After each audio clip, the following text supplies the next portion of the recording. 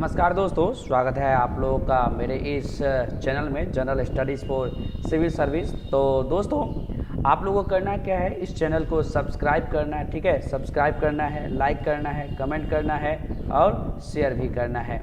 आज जो हम लोग का टॉपिक है वो बहुत ही इंपॉर्टेंट टॉपिक है। वो क्या है? Political and administrative system of Bihar. जो हमारा बिहार है उसका राजनीतिक और प्रशासनिक व्यवस्था को हम लोग देखेंगे। आप लोग को पीछे जब मैं बिहार स्पेशल करवाया था तो उसमें मैं आप लोग को बताया था हर एक चीज़ें कि हमारे बिहार में 38 जिला है। ठीक है, दैन उसके बाद 40 लोकसभा के सीट्स है, 16 राज्यसभा के सीट्स हैं। सभी लोग को मैंने बताया था कि आप लोग अपने जो ज़िला है उसको कमेंट करिएगा। ठीक, मैंने अपना ज़िला भी आप लोग को बताया था। ये देखिए मधुबनी, जो नेपाल के साथ जो है टच करता है। ठीक है, ये ध्यान में आप लोग को रखना है। मधुबनी के बाद ये दरभंगा, और मधुबनी दरभंगा पहले एक ही था। ठीक है, तो ये सारी चीज़ें इंपॉर्टेंट है, इसको हम लोग डिस्कस करेंगे। दोस्तों, हम लोग को जो डिस्कस करना है बहुत ही इंपॉर्टेंट पॉइंट है, और पॉइंट क्या है?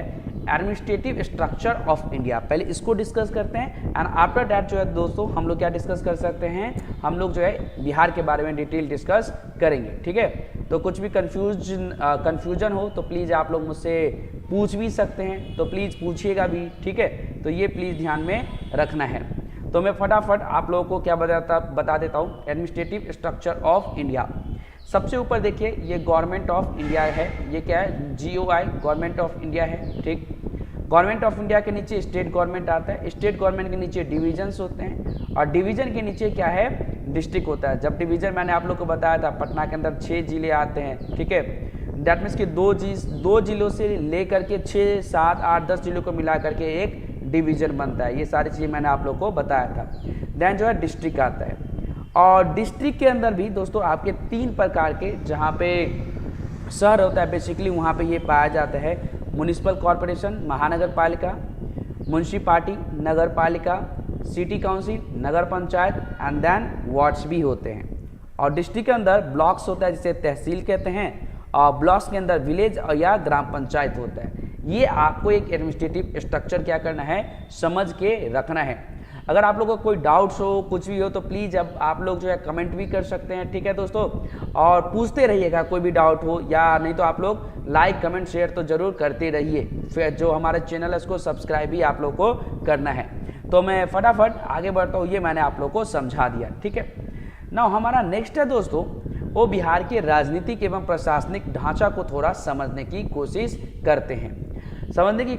दोस्तों क्या कि जब हम लोग देखते हैं, हिस्ट्री में जाइएगा तो शेरशाह सूरी तथा अकबर के शासनकाल में बिहार का एक स्वतंत्र प्रांत के रूप में अस्तित्व में था। बिहार जो है अकबर के काल में, शेरशाह सूरी के काल में भी बिहार जो है दोस्तों क्या हुआ था, एक आप कह सकते हो कि स्वतंत्र प्रांत के रूप में था। और ब्रिटिश शासकों ने 1 अप्रैल 1912 को बिहार में बंगाल तथा उड़ीसा को मिलाकर एक बड़ी प्रशासनिक इकाई बनाया था। याद रखिएगा, 1 अप्रैल 1912 को बिहार में बंगाल तथा उड़ीसा को मिलाकर बहुत बड़ी इकाई बना दिया, प्रशासनिक इकाई। और 1936 में बंगाल तथा उड़ीसा से पृथक होकर बिहार पुनः एक बार स्वतंत्र इकाई बन गया। याद रखिए 1936 में दोबारा। और 1956 में राज्यों की भाषाई आधार पर पुनर्गठन किया गया था, आप लोग को पता होगा। ठीक है, बहुत सारे कमीशन बने थे, JBP कमेटी। दैन उसी टाइम जो है आपका जो श्री रामालू जी जो फास्ट के ऊपर बैठे थे, उनका डेथ हो गया था। जो तेलुगु के टीचर थे, उसी टाइम से आपका स्टेट जो है भाषा के आधार पर बनना स्टार्ट हुआ था। आंध्र प्रदेश पहला स्टेट था। तो ये सारी चीज़ें आप लोग को ध्यान में भी रखना है।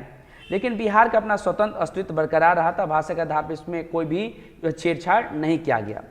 और 15 नवंबर 2000 को बिहार का विभाजन करके एक पृथक राज्य किसका निर्माण किया गया था? झारखंड का। तो डेट याद रखना है, 15 नवंबर 2000 को। कब दोस्तों? 15 नवंबर 2000 को आपका झारखंड का निर्माण किया गया। वर्तमान दोस्तों बिहार क्षेत्रफल की दृष्टि से क्या है? तीसरे स्थान पे है। क्षेत्रफल की दृष्टि से तीसरे स्थान पर है।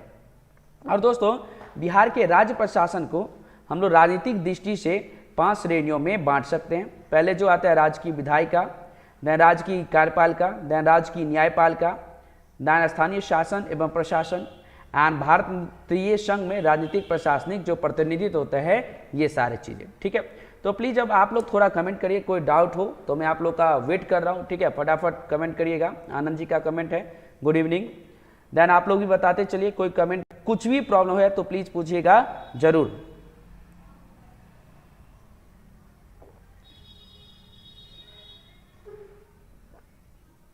देखिए कमेंट नहीं करिएगा तो मजा कैसे आएगा, कमेंट तो करना पड़ेगा और आप लोग को भी कमेंट करना चाहिए। जितने भी लोग जुड़े रहते हैं या जब ऑफलाइन मोड में भी जब आप लोग जुड़ोगे तो प्लीज कमेंट करिएगा जो मैं पूछूंगा। अच्छा फटाफट इसका आंसर दीजिए कि पटना पाटलिपुत्र की स्थापना किसने किया था, जल्दी से।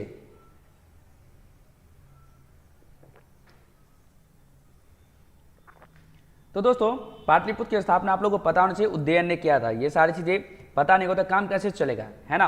तो सबसे पहले राज्य विधायिका को समझते हैं। तो बिहार में दोस्तों आप लोग को पता ही होगा कि विधानसभा जो है द्विसदनीय है, विधानसभा भी है विधान परिषद भी है। अब जो है 6 राज्यों में ही विधान परिषद है। हाँ, बिहार के विधानसभा में 243 सदस्य है, विधान परिषद में 75 सदस्य हैं। और विधानसभा का कार्यकाल कितने का होता है, 5 वर्षों का है, जबकि विधान परिषद एक अस्थायी सदन होता है और हर एक जो है 2 साल बाद 1/3 जो है क्या होते हैं, रिटायर्ड होते जाते हैं। अब दोस्तों स्थानीय शासन और प्रशासन को देखते हैं। विभाजन के बाद जब झारखंड राज्य में 18 जिले जो है चले गए थे और बिहार में 37 बड़े थे, लेकिन अब जो है अरवल एक नया जिला बना है। तो बिहार में टोटल 38 जिले हैं। कितने जिले हैं दोस्तों, 38 जिले हैं। ये सारा कुछ चीज़ें मैंने आप लोग को बताया। अब कुछ चीज़ें हम लोग हाई कोर्ट, बिहार का जो हाई कोर्ट है उसके बारे में देखते हैं। बिहार का जो हाई कोर्ट है दोस्तों वो आपका 3 फरवरी 1916 को क्या हुआ था, इस्टेब्लिश हुआ था। ठीक है, गवर्नमेंट ऑफ इंडिया एक्ट 1915 के द्वारा। इसका हेडक्वार्टर भी पटना में था और एडमिनिस्ट्रेटिव कैपिटल भी जो है अभी भी स्टेट का कौन सा है, बिहार। अच्छा स्टेट बताओ, स्टेट क्या होता है। स्टेट के लिए 4 चीज़ें जरूरत होती है, कौन कौन सा। पहला पॉपुलेशन, जनसंख्या, क्या होता है, पॉपुलेशन जनसंख्या। दूसरा जनसंख्या होगा तो उसको रहने के लिए लैंड, लैंड होगा तो उसको संभालने के लिए गवर्नमेंट, गवर्नमेंट का तो डिसीजन लेने के लिए सॉवरेनिटी, जिसे हम लोग प्रभुसत्ता भी कहते हैं। ठीक है, तो ये मैं पटना हाई कोर्ट के बारे में बता रहा था जो 3 फरवरी 1916 को स्टैब्लिश हुआ था गवर्नमेंट ऑफ इंडिया एक्ट 1915 के द्वारा। जबकि इसका प्रोक्लेमेशन जो है दोस्तों गवर्नर जनरल के द्वारा 22 मार्च 1912 को ही रख दिया गया था। ठीक है, और फाउंडेशन स्टोन जो है दोस्तों इस बिल्डिंग का, हाई कोर्ट बिल्डिंग का 1 दिसंबर 1913 को रखा गया था।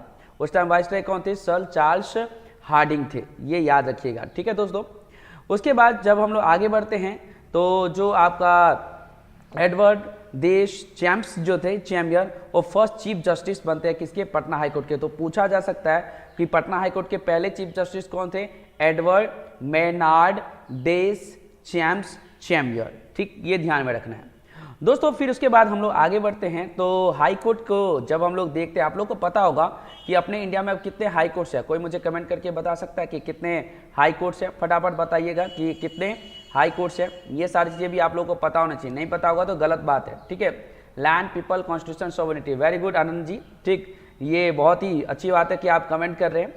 देन जब हम लोग आगे बढ़ते हैं तो कुछ चीज़ों को और फटाफट कवर करने की कोशिश मैं करता हूँ। ये सारी चीज़ें तो मैंने आप लोग को बताया था। तो दोस्तों जो हाई कोर्ट में जो ये ऐसे बताओ, भारत का पहला सुप्रीम कोर्ट कब बना था, ये भी पता होना चाहिए, कौन से एक्ट से। तो जो आपको पता है तो कमेंट जरूर करिएगा। रेगुलेटिंग एक्ट से बना था, कब, 1773 में। ठीक है, 1773 में रेगुलेटिंग एक्ट आया था और 1774 में पहला जो है सुप्रीम कोर्ट कलकत्ता में बना था। और सर एलिजा इम्पे जो थे वो कौन थे, फर्स्ट जो थे। उनके साथ और 3 था। अगर आप लोगों को 3 में से किसी एक का भी नाम पता है तो प्लीज़ कमेंट जरूर करिएगा। 3 में से किसी और एक का भी नाम पता है तो कमेंट जरूर करना है। ठीक है, तो ये सारी चीज़ें जो इंपॉर्टेंट था ये देख लीजिएगा। The high court has given 2 chief justice of India. First honourable mister justice Bhuvaneshwar Prasad Sinha जो 6 जो है CJI थे, अभी कौन है, अरविंद बोबड़े, याद रखिएगा। And mister justice Lalit Mohan Sharma जो 24th CJI हैं। ठीक है दोस्तों, तो ये ध्यान में रखिएगा। अब कुछ लेजिस्लेचर के बारे में बात करते हैं। तो बिहार मैंने बताया था कि अब 6 जो राज्य जहाँ पे 2 सदन पाए जाते हैं। ठीक है, उसमें से बिहार भी एक है और बाकी स्टेट है यूपी, कर्नाटक, महाराष्ट्र, तेलंगाना एंड आंध्र प्रदेश। और दोस्तों विधान परिषद जो होता है वो अपर हाउस होता है, विधानसभा जो है लोअर हाउस होता है। विधानसभा को लेजिस्लेटिव असेंबली भी कहा जाता है और बिहार लेजिस्लेटिव असेंबली में टोटल कितने हैं, 2, 4, 3 हैं। अब बिहार लेजिस्लेटिव असेंबली पहली बार कब अस्तित्व में आया था, 1937 में आया था। ठीक है, विधान परिषद को लेजिस्लेटिव काउंसिल कहते हैं। ये ध्यान में आप लोग को रखना है, बहुत ही इंपॉर्टेंट है ये सारे चीज़ें। तो न्यू प्रोविंस है of Bihar and Orissa was created by the British government on 12 December 1911 and the Legislative Council with a total of 43 members belonging to different category was formed in 1912। ठीक है, एंड जो फर्स्ट सीटिंग हुआ था council का वो 20 जनवरी 1913 को हुआ था और 1936 में बिहार के जो है अपना एक अलग से दर्जा मिला था। ठीक है, under the government of India act 1919 the unicameral legislature got converted into bicameral one. ठीक है, ये ध्यान में आप लोग को रखना है। तो ये सारे कुछ चीज़ें इंपॉर्टेंट था जो आपको भी ध्यान में रखना है। तो दोस्तों जो आज का आप लोग को ये भी पता है कि जब 2000 में झारखंड बन गया तो बिहार के लिए बिहार रीऑर्गेनाइजेशन एक्ट 2000 पास हुआ था, ये ध्यान में रखना है। और बिहार लेजिस्लेटिव काउंसिल के जो मेंबर थे पहले 96, अब कितने हो गए 75 मेंबर्स हो गए। ठीक है दोस्तों, तो हम लोग का आज का सेशन ओवर होता है। आप लोग को कोई डाउट्स हो तो आप प्लीज़ पूछ सकते हैं, ऑफलाइन मोड में भी कमेंट करिएगा, मैं पक्का रिप्लाई दूंगा। ठीक है, ये ध्यान में आप लोग को रखना है। और उसके बाद जो सीधा अब हम लोग क्या करते हैं, अपने जो इस सेशन को समाप्त करते हैं। प्लीज़ आप लोग ऐसे ही लाइव जुड़ते रहिए, लाइक कमेंट शेयर करते रहिए, कोई डाउट है तो कमेंट करते रहिए। Okay, thank you so much. मिलते हैं एक नए लेसन में, एक नए लाइव क्लास में। और मैं कोशिश करूंगा कि डेली आप लोगों के साथ कुछ ना कुछ जो शेयर करते रहूं और आपका बिहार का जो तैयारी है, बिहार जीके ऑलमोस्ट जो है बहुत अच्छे से हो जाए, फिर सारे सब्जेक्ट को भी मैं कवर अप करूंगा। Thank you so much.